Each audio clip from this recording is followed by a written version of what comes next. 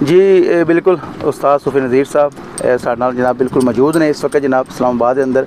तो यह जनाब एक माशाल्लाह बहुत अच्छा घोड़ा है। तो मजीद सानू उस्ताद दसणगे कि घोड़े किहड़ियां खूबियां ने ते घोड़ा खरीदते वक्त किहड़ियां खूबियां सानू देखनी चाहिए। जी उस्ताद जी। सब तो पहली देखनी तो ये चाहिए घोड़े का जी जी पिछो पिछो घोड़ा नली विचों मुठ्ठे चो साफ है। जी जी गर्दन घोड़े की किस तरीके की है, सीने च घोड़ा कितना कुछ सोड़ा है या कितना कुछ गल है।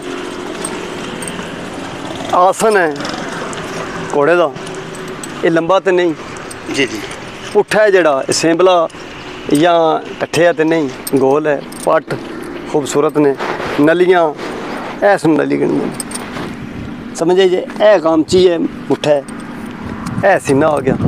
सीना घोड़े का खुला होना चाहिए, नली पतली और सोहनी होनी चाहिए, मोटी नली नहीं होनी चाहिए। ठीक हो गया। सोंब है जड़ा घोड़े का ये पारा होना चाहिए। ठीक है, गैला होना चाहिए, खुला होना चाहिए। बेहतर हो गया।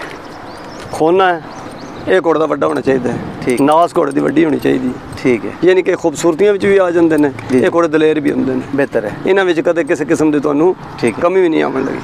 बेहतर हो गया। तो ये साढ़े को सामने इस घोड़ा है, जा ਇਹਦੇ ਚ क्या ਇਹ ਕੁਆਲਟੀਆਂ ਪਾਈਆਂ ਜਾਂਦੀਆਂ ਨੇ?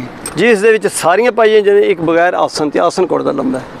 ठीक हो गया। जा आसन लंबा बाकी ठीक है सर। आसन और सारा घोड़ा अच्छा तो बाद कद ऐसा होता है कि मिसाल एक आसन का लंबा है, किसी कोई और मसला होगा। जा ठीक है, तो इधर मतलब के समझा जाए वो घोड़ा अच्छा है या नहीं, या मतलब एक तो सर मसला ये है जिस चीज़ का ना तुसी 16 बंदा भी चाहते हो जी। ना उहदे च चीज़ां ने। जी जी घोड़ा ये मिसाल के तौर पर जी ठीक है। भाई खुद घोड़ा बहुत अच्छा है, बड़ा लायक है, जी जी लेकिन जिसनों खूबसूरती कहते हैं ना, खूबसूरती दे विच ओह जड़ियां चीज़ां ने वो आउंदियां। ठीक है, खूबसूरती के लिहाज वो खूबसूरती के लिहाज नाल। ठीक है। तो बाकी बात का किसी ये चीज़ें इन्नी भी है ना, तो नहीं घोड़े है अच्छे ना, होंदे। है अच्छा तो अच्छा है।